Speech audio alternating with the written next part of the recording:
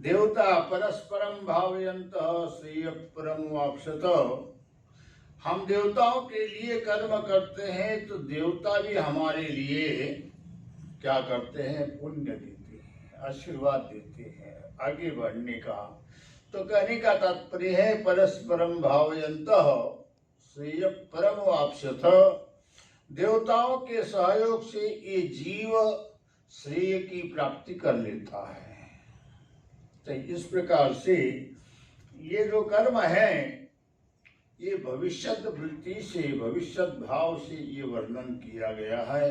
उपासना में भी जो वर्णन है द्वैत का, भेद का, वो कैसा है? तो उसका अभिप्राय परमात्मा के शुद्ध स्वरूप पर जाना है।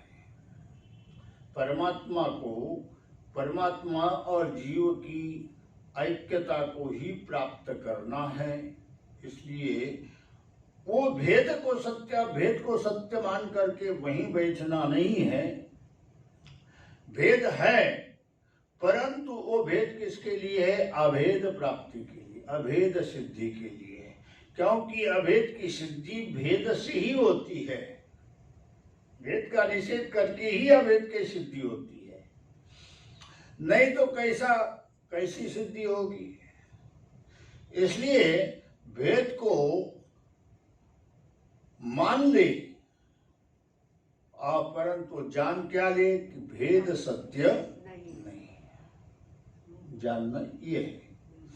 तो इस प्रकार से जब ये जान लोगे तो भेद क्या हो जाएगा? गौण हो जाएगा। ये ज्ञान हो जाएगा आपको तो भेद रहेगा, परंतु कैसा? गौण रूप से, गौण वृत्ति से, समझ लेना, तुच्छ भाव से रहे, कोई दिक्कत नहीं। तो कहने का तात्पर्य है कि इस प्रकार से ये ऊपर वर्णन किया है। अभी श्रुति कहा कि ये जो उत्पत्ति बताई है, उत्पत्ति को लेकर के भेद जो बताया है, ये एक श्रुति की अपनी व्यवस्था है। इसकी, इस संसार की। हम संसार को देख रहे हैं, इसलिए इस संसार की व्यवस्था करना पड़ेगा क्या? नहीं है। क्योंकि हम अपने को जीव मान रहे हैं, हम अपने को देही मान रहे हैं, हम अपने को नाम रूप गुण वाला मान रहे हैं, जाति धर्म वाला मान रहे हैं, प्रपंच वाला मान रहे हैं। तो इस प्रकार से ये जो जगत की मान्यता है, आखिर प्रश्न होता है जब सर्वम खलविदम ब्रह्म, तो फिर ये क्या है? क्या जो दिख रहा है? तो वैसा तो श्रुति यही कहती है कि सर्वम खलविदम ब्रह्म, तुम भी ब्रह्म हो, तुम्हारा जो भी तुम देख रहे हो तुम्हारा कर्म भी ब्रह्म है। तुम जो देखोगे, जो भी करोगे, वो सब ब्रह्म है, परंतु ये तुम्हें अनुभव नहीं होता है। क्या होता है? नहीं, क्योंकि ये ज्ञान नहीं है, अज्ञान दृष्टि के कारण ये नहीं हो रहा है। इसलिए इसकी व्यवस्था करना पड़ती है। ये जो भेद प्रतिपादन जो किया है कर्म कांड का, उपासना कांड में, तो ये श्रुति की अपनी व्यवस्था है। ऐसा आप किसी संस्था में जाते हैं तो संस्था की अपनी व्यवस्था होती है, घर में जाते हैं तो घर की अपनी व्यवस्था होती है, स्कूल में जाते हैं तो स्कूल की अपनी व्यवस्था होती है, तो सबकी अलग अलग होती है कि नहीं? तो ऐसी ही ये श्रुति की आदि व्यवस्था है। क्योंकि वास्तविक तो संसार है नहीं, परंतु आया हुआ मालूम पड़ता है, तो श्रुति उसका बताती है कि ये कहाँ से आया है और क्या है, ये बताना काम श्रुति का है। इसलिए या क्या कह रहे कि शंका करते हैं, यहाँ उसी बात को लेकर के मृल्लोह विस्फुलिंगाद्यैहि सृष्टिरिया च उदिता अन्यथा उपाय सो अवताराय,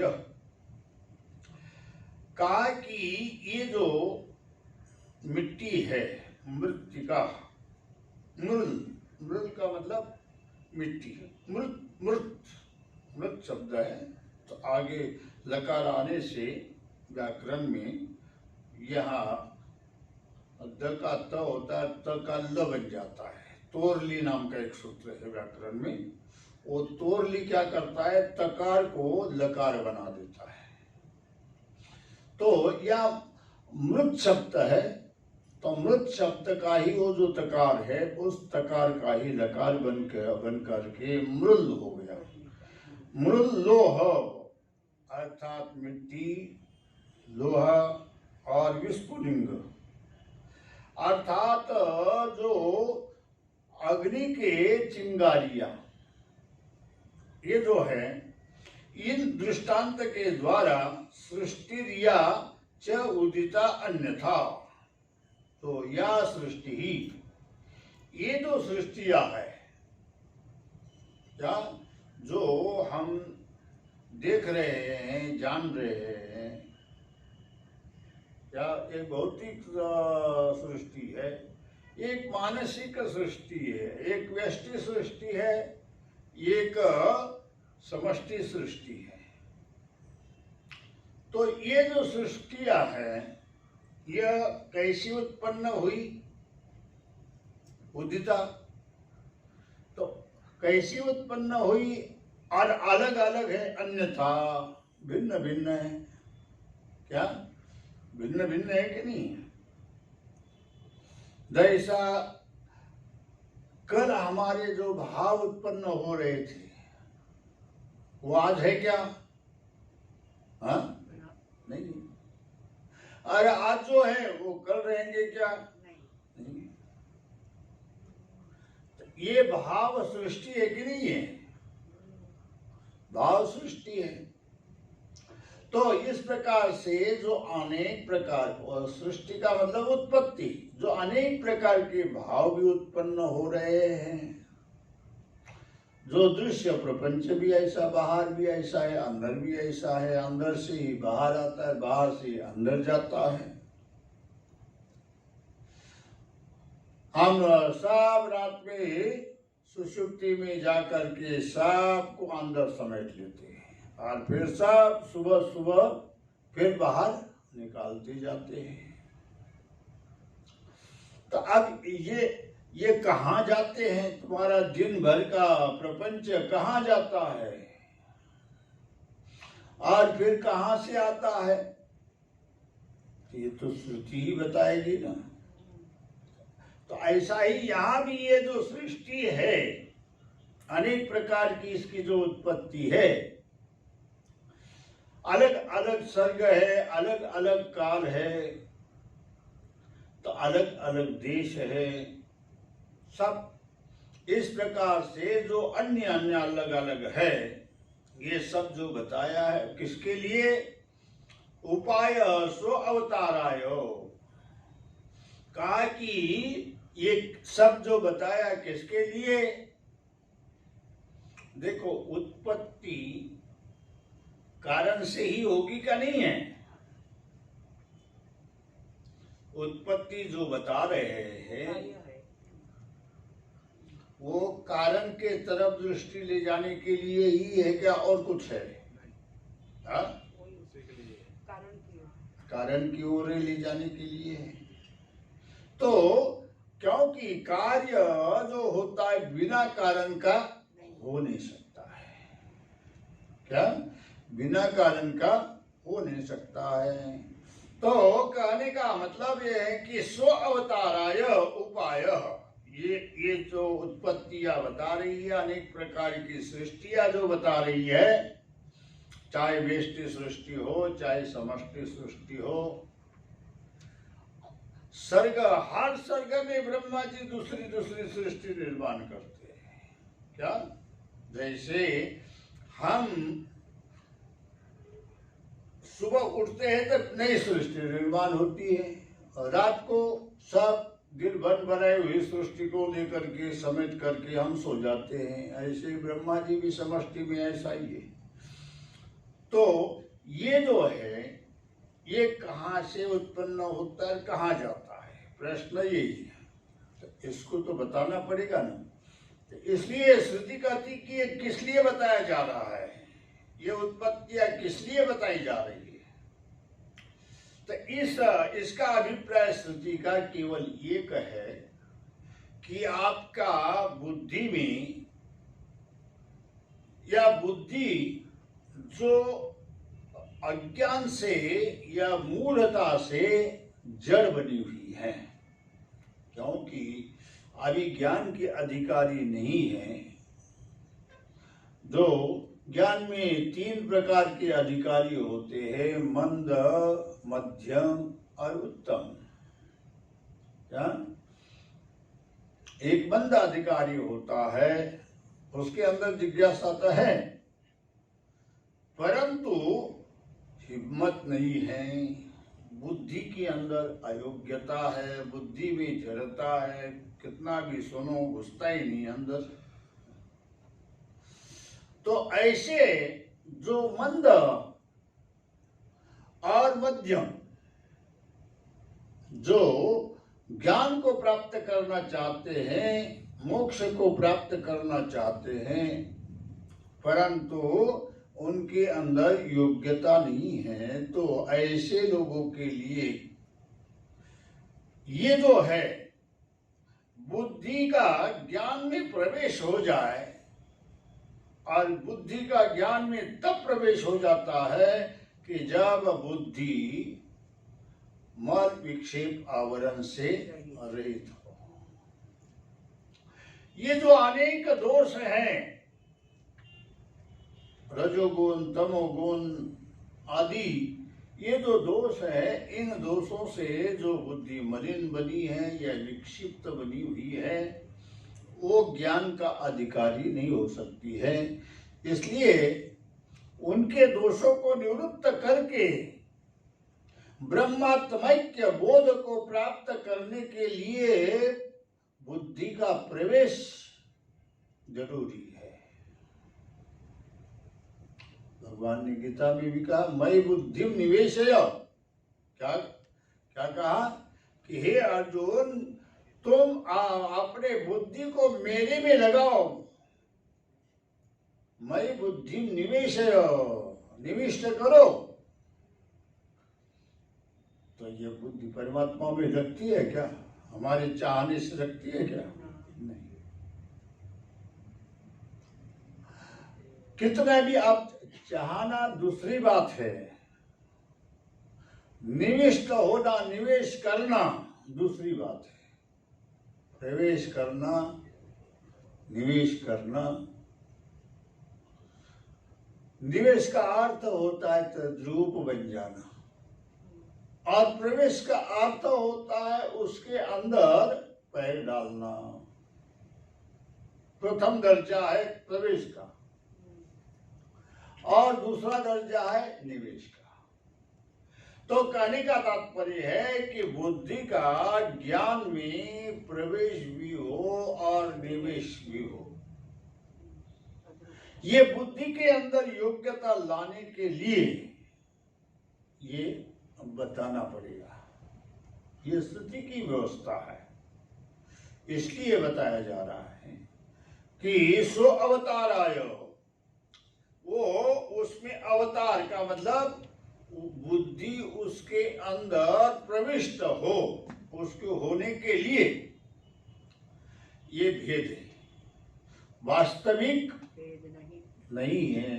न अस्ति भेद कथंचन, कथंचना, कभी भी किसी भी प्रकार का भेद नहीं है वास्तविक दृष्टि, परंतु वो हमारे समझ में नहीं आ रहा, हमारी बुद्धि उसमें प्रविष्ट नहीं हो रही है।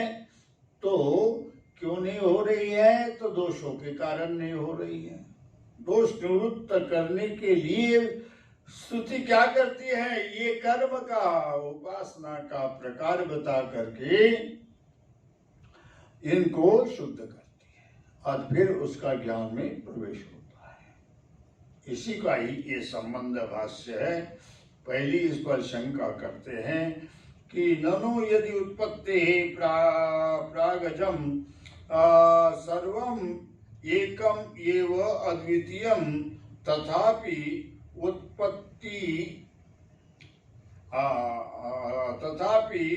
उत्पन्नेव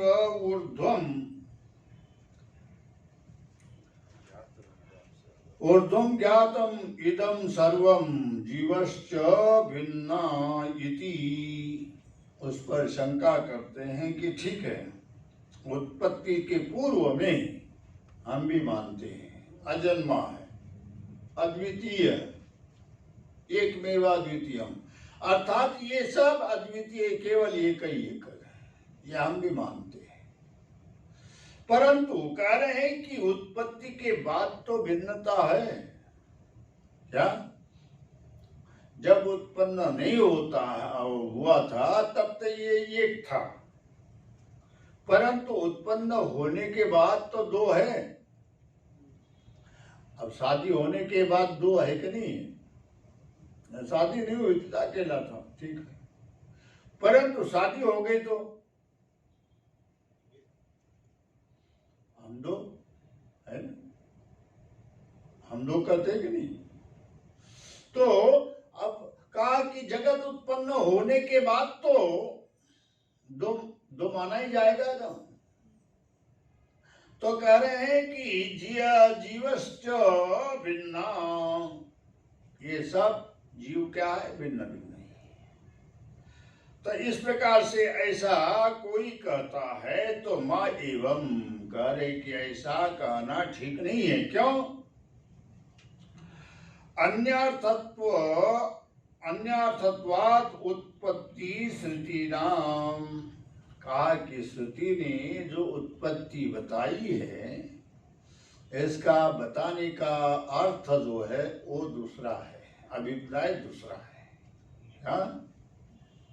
ये मंद अधिकारी के लिए बताई जा रही है, उत्तम अधिकारी के लिए तो न झाला प्रपंच। संत ज्ञानेश्वर जी ने कहा कि प्रपंच एक झाला होता, ये समूल मिथ्यावाद था, पुढे होईल हे कदा कल्पांती घडीना। उत्तम अधिकारी के लिए ये उत्पत्ति नहीं है, ये मंद अधिकारी और मध्यम अधिकारी के लिए। क्या? मंद अधिकारी और मध्यम अधिकारी के लिए ये उत्पत्ति प्रकरण है, कर्मकांड है। तो कह रहे हैं कि इस प्रकार से यहाँ उत्पत्ति सूचक जो श्रुतियां है वो दूसरे अर्थ में है। पूर्वम अपि परिवृत एवायम दोषः स्वप्नवत् आत्म माया विसर्जिता। कहा कि इसका परिहार हम पहले भी कर चुके हैं। किससे? घटाकाश और महाकाश। जैसा घटाकाश उत्पन्न होता है वैसा ही जीव की भी उत्पत्ति है। महाकाश से जैसा घटाकाश उत्पन्न होता है वैसा ही आत्मा से अर्थात परमात्मा से ये जीव भी उत्पन्न होता है। इस प्रकार से अब वो वास्तविक होता है क्या? माना जाता है। क्या है? उत्पत्ति किसकी होती है? घट की। समझ? परंतु ज्ञान न होने के कारण घट की उत्पत्ति भासने लगती है। क्या? घटाकाश की उत्पत्ति भासने लगती है। तो इस प्रकार से जैसा ये परिहार पहले कर दिया है, या स्वप्न माया स्वप्नवत आत्म माया विसर्जिता, जैसा स्वप्न विसर्जित हो जाता है, लय हो जाता है, लीन हो जाता है किसमें? आत्म माया, अर्थात आत्मा की जो माया है, अविद्या है, उस अविद्या से ही ये जगत स्वाप्निक जगत उत्पन्न होता है, भासता है, और उसी में जाकर के उसका क्या होता है? लय भी होता है।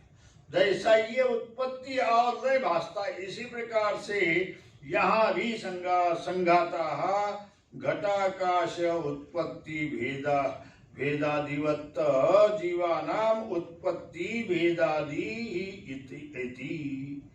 कहा कि इसी प्रकार से यहाँ भी ये संघाता, ये संघात जो समुदाय है, अर्थात जो हमारा सूक्ष्म शरीर है, इसमें जो पंच प्राण, पंच ज्ञानेन्द्रिय, पंच कर्मेंद्रिय, ये जो संघात है, समूह है, तो ये भी इसी प्रकार से उत्पन्न होता है और इसी में ही इसका लय होता है। अर्थात आत्म माया से ही ये सब उत्पन्न हुआ और उसी में उसका लय भी होता है। घटाकाश उत्पत्ति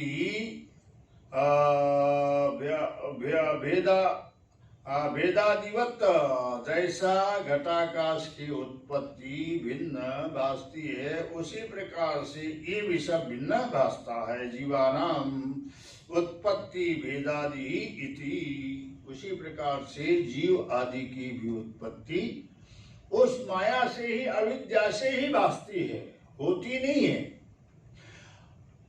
दर्पण प्रतिबिंब को दिखा सकता है, परंतु क्या अलग कर सकता है? सत्य रूप से सिद्ध कर सकता है? नहीं, दिखा सकता है।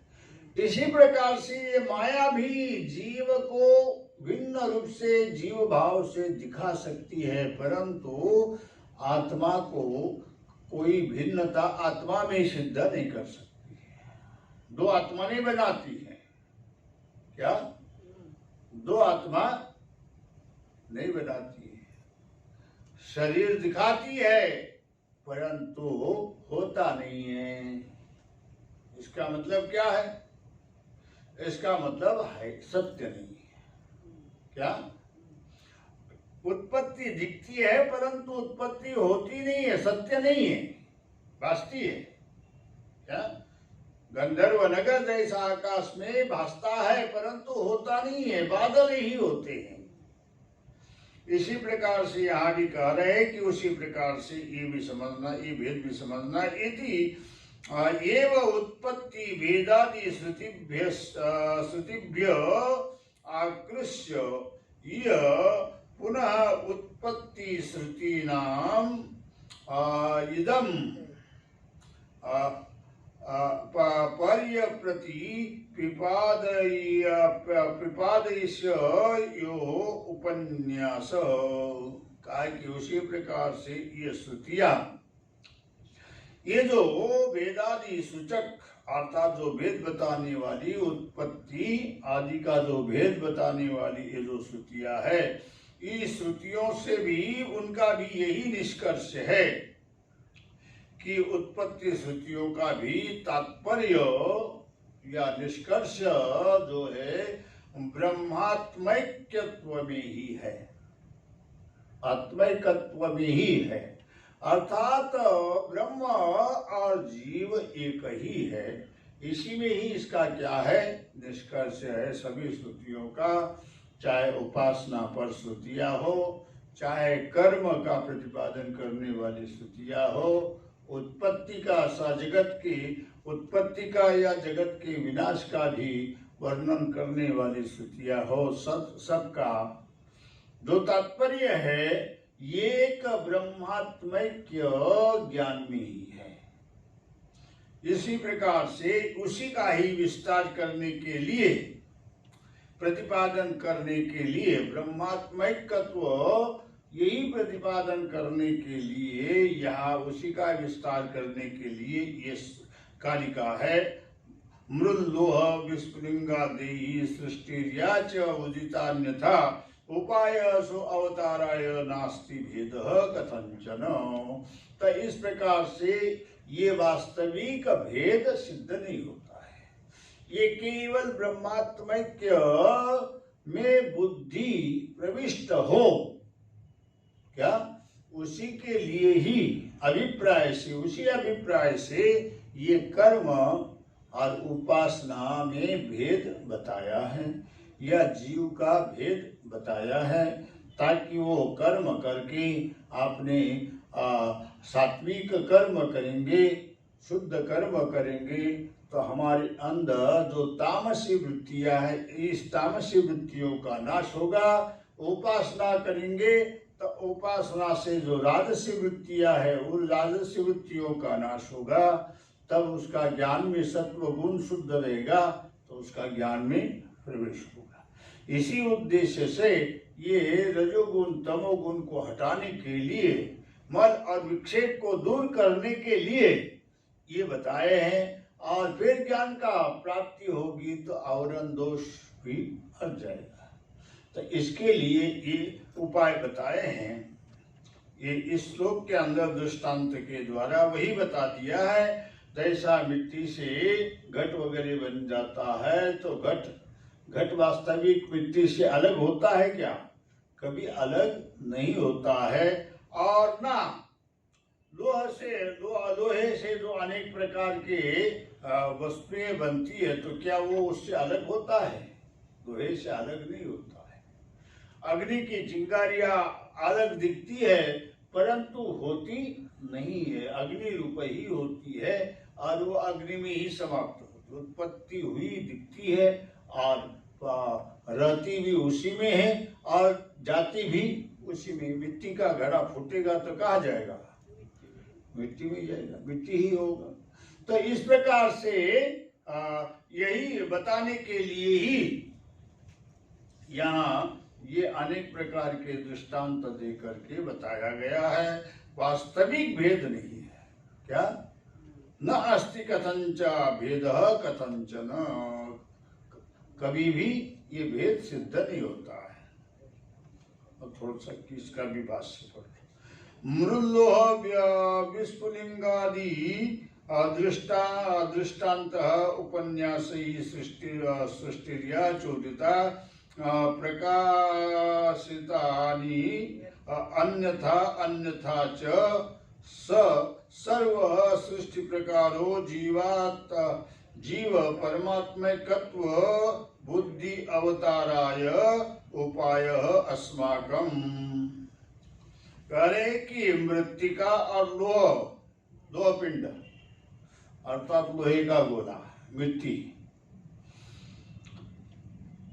और जो अग्नि है उससे जो निकलने वाली जो चिंगारियां है, इनका जो दृष्टांत के द्वारा इसका जो उपन्यास किया, दृष्टांत विस्तार करने के लिए ही दृष्टांत दिए जाते हैं।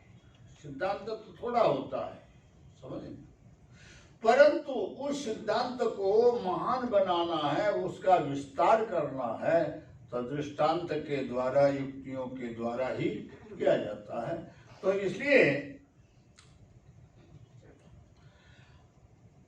दृष्टांत उपन्यासैहि सृष्टिर्या चोदिता प्रकाशितानि, तो ये सृष्टि की उत्पत्ति का प्रकाशन किया है। किसके लिए? वो सिद्धांत में जो श्रुति का लक्ष्य है, जो श्रुति का तात्पर्य है, जो अभिप्राय है, उस अभिप्राय में बुद्धि का प्रवेश कराने के लिए ये सृष्टि की उत्पत्ति आदि बताई जाती है। दृष्टांत के द्वारा उसी बोध को विस्तार देने के लिए, अर्थात मंद अधिकारी के लिए, मध्यम अधिकारी के लिए बुद्धि का प्रवेश कराने के लिए ये विस्तार बताया जाता है। प्रकाशितानि अन्यथा च सर्व सृष्टि प्रकार, ये जो अनेक प्रकार की जो सृष्टियों का प्रकार है, जीव परमात्मकत्व बुद्धि अवताराय, ये जो सृष्टियों का जो उत्पत्ति का जो अनेक प्रकार है, भिन्न भिन्नता है, वो सब केवल ब्रह्मात्मक, जीव और ब्रह्म ये दोनों एक है। इस प्रकार से ज्ञान प्राप्ति के लिए, बुद्धि का प्रवेश कराने के लिए ये सब क्या है? श्रुतियों का उपाय है। अस्माकम यथा प्राण संवादे वागादि असुर पाप्म वेदाध्याख्यायिका कल्पिता प्राण वैशिष्ट्य बोध अवताराय। जैसा सृष्टि में अपने उपनिषदों में प्राण संवाद आता है, छांदोग्य श्रुति में प्राण का संवाद आ जाता है। इंद्रियों का बड़ा झगड़ा हुआ, किसका? असुरों के साथ, देवता और असुर, इन दोनों का बड़ा संग्राम हुआ। और उस संग्राम में असुरों को ऊपर जीत प्राप्त करने के लिए, जीतने के लिए देवताओं ने क्या कर दिया? जो वाग देवता है, उस वाग देवता को नियुक्त किया कि भाई तुम्हारी जवाबदारी है कि असुरों का नाश करना और देवताओं को विजय प्राप्त कराना। तब वो ये इंद्रिया तो कैसी है? स्वार्थ वाली है। क्या? वाणी, वाग देवता तो गई, वाणी प्रशंसा और उसके लिए उद्गित विद्या का उसको दिया। किसको? वाणी को। और वाणी को उद्गित विद्या अर्थात गायन करने का, उद्गित गान होता है। तो उच्च स्वर में जो गान किया जाता है उसको उद्गित कहा जाता है।